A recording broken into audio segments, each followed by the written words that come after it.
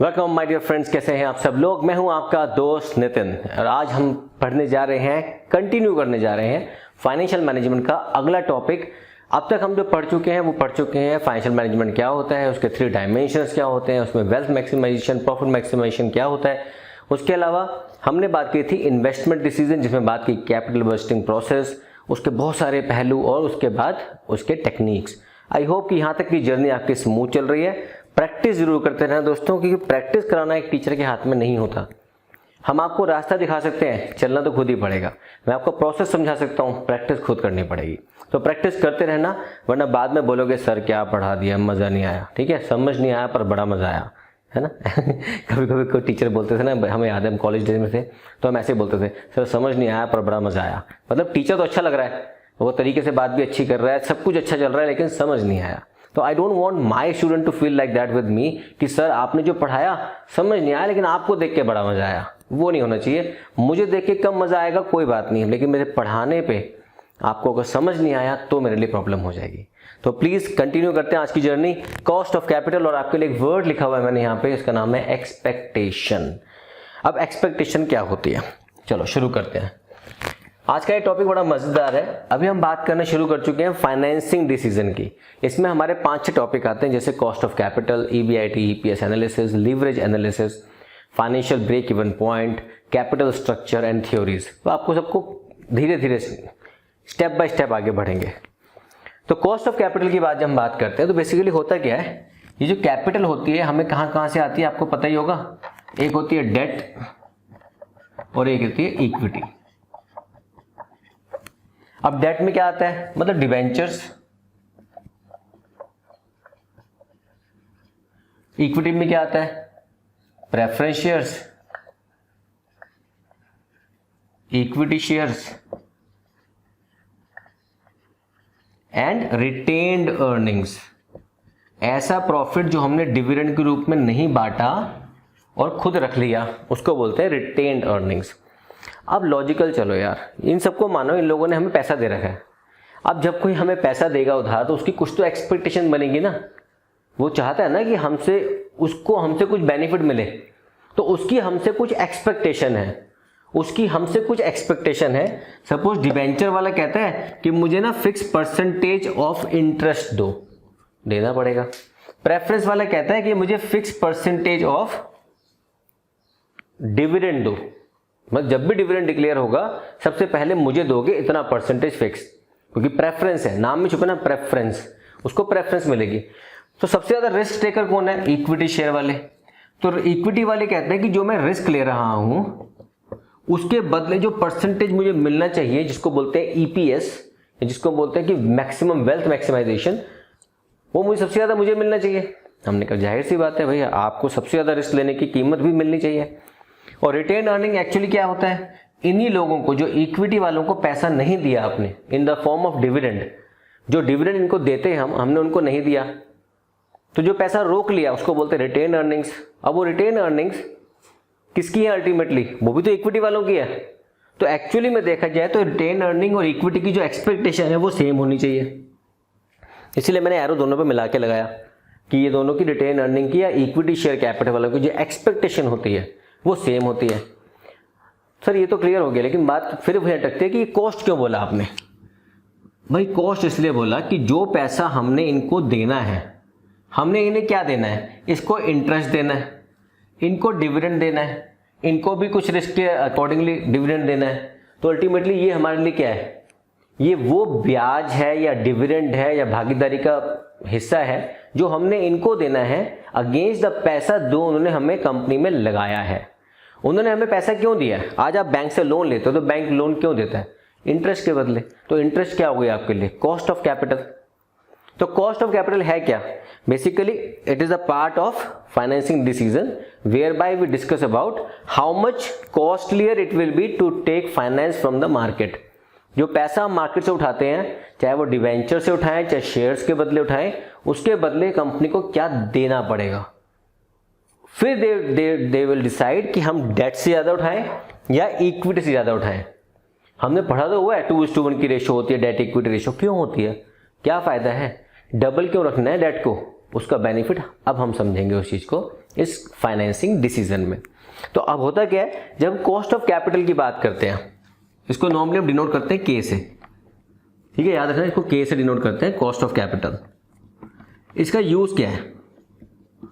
Number first use जो आप पिछले चैप्टर में पढ़ के आए हो, पिछले टॉपिक्स में पढ़ के आए हो, उसका नाम है कैपिटल बजटिंग। तो जो आपने कैपिटल बजटिंग पढ़ा आपने,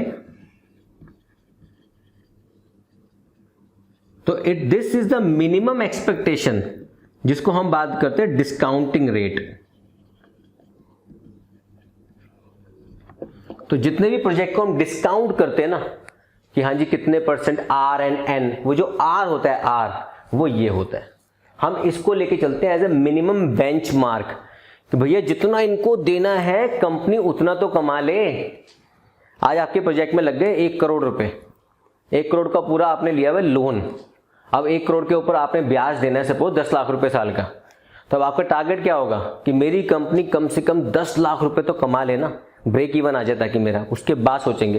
तो that is this minimum discounting rate, that is cost of capital.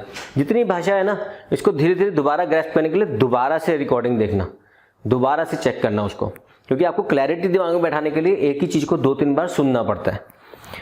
Number 2, this cost of capital help us to have optimized capital structure, कि कितना डेट होना चाहिए और कितना इक्विटी होना चाहिए कंपनी के अंदर। ये सब वो बेसिक्स है, अगर आपने ये बेसिक समझे नहीं और कल को आप फाइनेंशियल मैनेजर बन गए कंपनी में जाके कुर्सी पे बैठ जाओगे, समझ कुछ आता नहीं है, फिर वो आपको देख के बोलेगा भाई समझ नहीं आया पर बड़ा मजा आया, है ना। तो आपको वो नहीं करना, आपको करना क्या है, आपको समझते अपने पूरे दिमाग लगा के उसको सीखना है। तो number 1, what is cost of capital? It says this is the minimum return the proposal must earn to pay to investors, otherwise do not accept the project. तो this is the minimum, K is minimum return, minimum return, इतना तो project के return आना ही चाहिए, वरना मेरे को project नहीं करना, वरना तो मैं बैंक को दूंगा एफडी खाऊंगा risk free, tension free, FD पे इंटरेस्ट, ठीक है। तो this is the minimum return the proposal must earn. Why proposal? Because हम चीजें प्रपोजल की बात कर रहे हैं। Must earn to pay investors, investors मतलब ये डेट एंड इक्विटी वाले, else do not accept the project. अब देखो लिंक करने की कोशिश करो, हमने कहा इसी पे तो देखते हैं एनपीवी कितना आता है हमारा। अगर एनपीवी पॉजिटिव आता है तो एक्सेप्ट करते हैं, पॉजिटिव नहीं आता तो हम रिजेक्ट करते हैं उस प्रोजेक्ट को। तो क्यों करते हैं एक्सेप्ट? क्योंकि हमें वो रिटर्न प्रोजेक्ट का इनफ्लो ज्यादा दे रहा है उसी मिनिमम रिटर्न पे। इस कॉस्ट ऑफ कैपिटल पे भी हमारा प्रोजेक्ट पॉजिटिव इनफ्लो दे रहा है, इसका मतलब बहुत अच्छा प्रोजेक्ट है हमारा। Number 2, it is the minimum return to break even. Break even जब करना है मतलब आपको कितना पैसा लगाना है और कितना पैसा मिलेगा आपको। तो जितना मिलेगा आपको that should be a break even, minimum इतना तो चाहिए प्रोजेक्ट में, उसके बाद जो मिले वो अच्छी बात है, प्रभु इच्छा। सो ये कहता है therefore cost of capital is the minimum rate of return that a firm must earn to satisfy expectations of investors. इनकी एक्सपेक्टेशन क्या है? इंटरेस्ट दे दो, इनकी एक्सपेक्टेशन डिविडेंड दे दो, इनके रिस्क के अगेंस्ट में ज्यादा डिविडेंड दे दो, कभी कभी बोनस शेयर दे दो, कभी कभी डिविडेंड ज्यादा दे दो, स्प्लिट शेयर, जो भी बोलते हो आप। सो इफ जो आपका रिक्वायर्ड रेट ऑफ रिटर्न है इट इज मोर देन के, IRR, याद करो IRR, वो अगर एक्ट है जिसका मतलब wealth maximization is very much possible. फिर क्या कहते हैं? Now what is the meaning of higher returns? अब हम हायर रिटर्न चाहते हैं, हर जगह higher return, higher return, high return नहीं, हाई नहीं, higher, higher means higher. Number 1, we should be able to give higher dividend to higher risk takers because वो risk taker है। Number 2, reinvestment for subsequent returns। अब यहाँ पे dividend दें या retain कर लें, ये किस पे डिपेंड करेगा? अगर हमारी कंपनी की पॉलिसी हम डिविडेंड देंगे, जैसे कंपनीज हैं, जैसे मार्केट में से ITC डिविडेंड देता है, इन्फोसिस डिविडेंड देता है, इंडियन ऑयल डिविडेंड देता है, गेल डिविडेंड देता है, लेकिन वो डिविडेंड देते हैं, उनकी पॉलिसी है तो डिविडेंड देते हैं वो। लेकिन कई कंपनियां नहीं देती, हम री इन्वेस्टमेंट करेंगे अपनी कंपनी को और प्रोजेक्ट को बढ़ाएंगे और बढ़ाएंगे और बढ़ाएंगे, तो वो रिटेन कर लेती है। तो therefore cost of capital used in capital budgeting, so only those projects are accepted which gives their return to be more than K. Their rate of return should be more than cost of capital. तो minimum benchmark, तो अगर मेरे company को उससे ज्यादा मिलेगा तो भैया इस प्रोजेक्ट का 10% है तो मतलब ब्रेक इवन आ जाएगा। अगर आप 13% दोगे तो मैं एक्सेप्ट कर लेता हूं, otherwise there is no use कि अपना टाइम भी लगाओ, एनर्जी भी लगाओ, जवानी से बुढ़ापा अपना खत्म कर डालो। रिलायंस में देखा धीरूभाई अंबानी जी को, जवानी से बुढ़ापा निकाल दिया पूरा, अब तो चले गए हैं, लेकिन देखो उनका स्ट्रगल कितना लंबा चौड़ा था, आज तभी तो इतना बड़ा एम्पायर खड़ा किया उन्होंने। तो factors, what are the factors which affect cost of capital of any firm? जल्दी से हटाता हूं, 1 2 3 4 5। अब वो कौन से फैक्टर्स हैं जो कि डिटरमिन करते हैं कि कॉस्ट ऑफ कैपिटल हमारा कितना होना चाहिए? उसके लिए आपको ये याद रखना है, थ्योरी वाला पोर्शन चल रहा है अभी, प्रैक्टिकल पे भी थोड़ी देर में आते हैं। दैट के is influenced by risk free interest जो मार्केट में मिलता है, plus borrowing plus financing risk, borrowing risk या फाइनेंशियल रिस्क। इसके लिए आप पढ़ेंगे बाद में लिवरेज, इसके लिए पढ़ते हैं leverage, financial leverage, operating leverage, जो यहां से आता है। तो कहता है IRF क्या है? It is a risk free interest rate, risk free मतलब FD। ये मिनिमम ले लो भैया, कोई पैसा ऐसे दे दो जिसके अंदर हमें कम से कम इंटरेस्ट देना पड़ेगा, रिस्क फ्री है। Number 2 business risk. Business risk मतलब हम जो काम कर रहे हैं, कल को इन्फ्लेशन आ गया, कोरोना आ गया, पेंडेमिक आ गया, ये आ गया, वो फलाना ढिमकाना, कई चीजें आ गई, हमारा काम ठप हो गया, तो बिजनेस रिस्क। फाइनेंशियल रिस्क, आपने जो पैसा लिया हुआ है लेंडर से, जो लेंडर से पैसा लिया उसके ऊपर आपको फिक्स्ड इंटरेस्ट देना पड़ेगा, फिक्स इंटरेस्ट देना ही पड़ेगा। एक तरह समझो ये घर का पैसा है, इंटरेस्ट रिस्क फ्री है, ये बाहर वालों का पैसा है, इसको आपको इंटरेस्ट देना पड़ेगा। तो अगर वो इंटरेस्ट ज्यादा हो गया, कमाई कम हुई, तो आपका फाइनेंशियल रिस्क बढ़ता चले जाएगा। इसके अकॉर्डिंगली आपको कॉस्ट ऑफ कैपिटल भी ज्यादा बढ़ानी पड़ेगी अपनी। So there are 2 types of cost which are involve in cost of capital. Number 1, it is called explicit cost and second is called implicit cost. Explicit का मतलब होता है कुछ नहीं है, बोलने वाली, दिख रही है, जो ये दिख रहा है परसेंटेज, तो ऐसे लिखा ना परसेंटेज डेट 2%, 20%, तो 20% दिख रहा है इसके ऊपर, तो जो एक्सप्रेस्ड है वो दिख रहा है, और जो नहीं दिख रहा वो इम्प्लाइड है, मतलब बाय डिफॉल्ट हिडन है, लेकिन भैया मोस्ट इंपॉर्टेंट है। तो क्या कहते हैं? Explicit is express, that is for example percentage interest या percentage dividend on preference shares, ये एक्सप्लिसिट यहां पे आता है आपका इन दोनों के ऊपर। और जो इम्प्लिसिट है दैट इज अबाउट जो पैसा हमने रिटेन कर लिया, अगर वो नहीं करते तो हमारा इक्विटी शेयर होल्डर उसको मार्केट में लगाता और दूसरा पैसा कमाता, तो नाम आता अपॉर्चुनिटी कॉस्ट। तो वो जो पैसा उसने नहीं लगाया और मार्केट से नहीं कमाया, वो भी तो उसका लॉस है ना, ठीक है। तो ये होगी basic understanding of cost of capital, इसकी भूमिका क्या होती है। नेक्स्ट जो हम डिस्कस करने वाले हैं it's about measurement of cost of capital, वो कैसे करते हैं, इसको नोट डाउन कर लीजिए।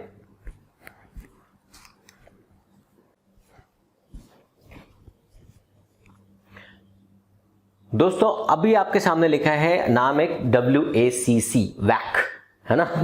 कई लोग, मैंने एक ना फाइनेंशियल मैनेजमेंट की बहुत पहले वीडियो देखी है कि किसी इंग्लिश के प्रोफेसर ने, मतलब अंग्रेज प्रोफेसर था, उसने लिख रखी थी, तो he was always saying like, so we have to calculate वैक, we have to calculate वैक, we have to calculate वैक। वैक, what is यक, it is not वैक, it is called weighted average cost of capital. अब बोलने के कई तरीके हैं, हर teacher का अलग तरीका होता है, मैं ये नहीं कह रहा वो गलत पढ़ा रहे थे, पढ़ा सही रहे थे, लेकिन हर किसी का तरीका अलग होता है पढ़ाने का, तो हमें लगता है कि यार ये क्या बोल रहे हैं, वैक वैक वैक। अब एक ना ऐसे याद आके तो बता रहा हूँ, एक कोर्स होता है SAP।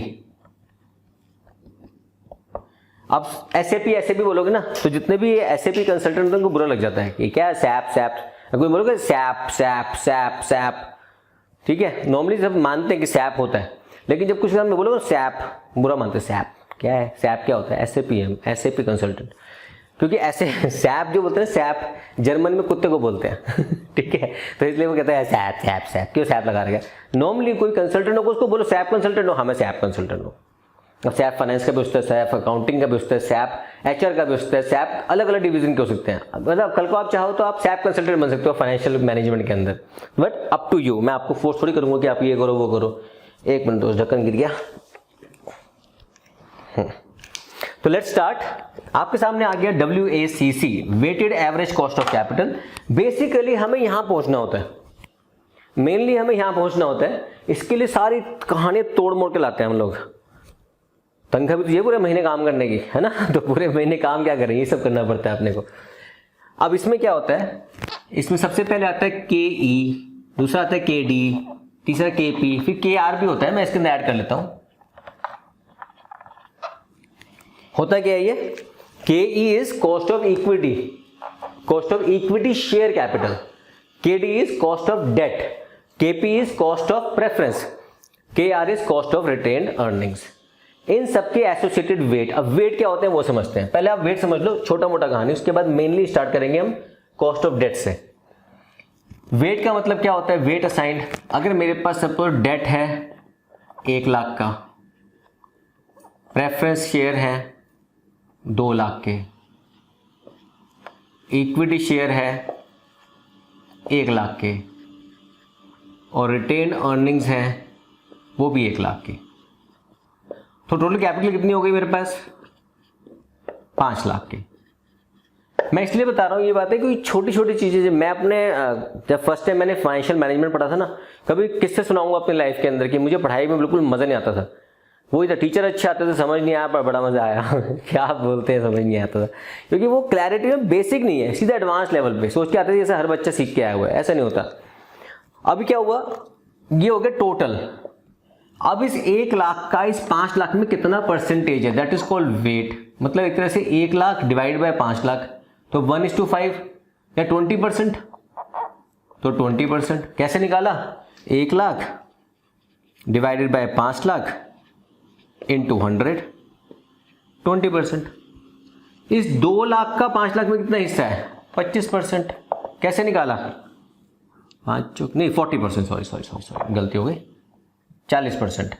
कैसे निकाला, 2 lakh divide by 5 lakh into 100, 40%। इसका कितना वेट है, 20%। इसका कितना परसेंट, 20%। टोटल कितना हो गया, 80, 60, 100%। इसका मतलब हमेशा जो वेट रहेगा, अब इसको वेट को लिखते कैसे हैं ये बताता हूँ खाली आपको, कई बुक में आप पढ़ो ना, मुझसे पहले पढ़ लो गलती से। तो टोटल कितना होता है, हमेशा इसको बोलते हैं 1, क्योंकि 100% इज इक्वल टू 100%, 100 बटे में 100, 1। तो ये कितना है 0.2, ये कितना है 0.4, ये कितना है 0.2, ये कितना है 0.2। ये आपको पता होना चाहिए कि वेट असाइन कैसे करते हैं। आधे से ज्यादा बच्चों को तो ये नहीं पता होता वेट कैसे आ गया। ओ भैया, वेट एक्सरसाइज ना करने के कारण आता है, ठीक है। और एक्सरसाइज कौन सी होती है, मेंटल एक्सरसाइज, यहां से करनी है। मेरे कई बच्चे बोलते हैं सर आजकल मोटे हो गए हो। हाँ भाई, सारा दिन घर में पड़े रहते हैं, काम ही नहीं है, घर में पड़े रहो सारे दिन, ठीक है। अब आप ही लोगों के सहारे काम चलता रहता है थोड़ा मोटा, क्योंकि लॉकडाउन चल रहे हैं, कहीं जाते हैं नहीं, ना पार्क जाने ना एक्सरसाइज करनी है, घर में भी कितनी करेंगे, जितनी हो पाती कर लेते हैं। लेकिन that is a different weight, वो यहाँ से मेजर होगा नीचे देख देख के, लेकिन ये यहाँ से मेजर होगा, ठीक है। ये वेट असाइन का तरीका बता दिया आपको कैसे होता है। फिर इनकी इंडिविजुअल कॉस्ट निकाली जाती है, फिर वो कॉस्ट निकाल के ये फॉर्मूला अप्लाई कर दो, आपका आंसर आपका आता है WACC।